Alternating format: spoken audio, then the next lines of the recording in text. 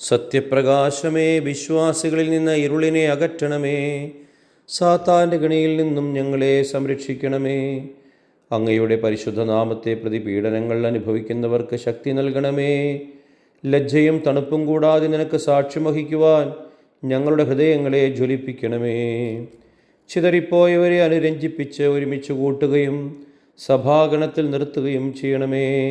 സത്യത്തിലും സ്നേഹത്തിലും സത്യദൈവമായി നിന്നെ ആരാധിക്കുന്ന യഥാർത്ഥ സഭയായി ഞങ്ങൾ രൂപാന്തരപ്പെടട്ടെ. ഞങ്ങളുടെ കർത്താവേ, കർഷകരോട് കരുണ കാണിക്കണമേ. അവരുടെ അധ്വാനം ഫലമണിയിക്കണമേ.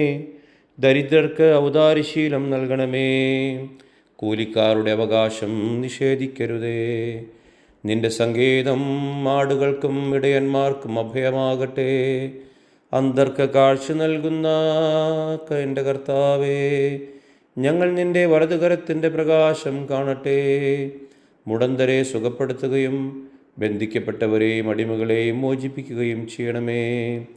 ഗുണസമ്പന്നരെ ധൈര്യപ്പെടുത്തുകയും അജ്ഞരുടെ ഹൃദയങ്ങളെ തുറക്കുകയും അഹങ്കാരികളെ താഴ്ത്തുകയും ചെയ്യണമേ.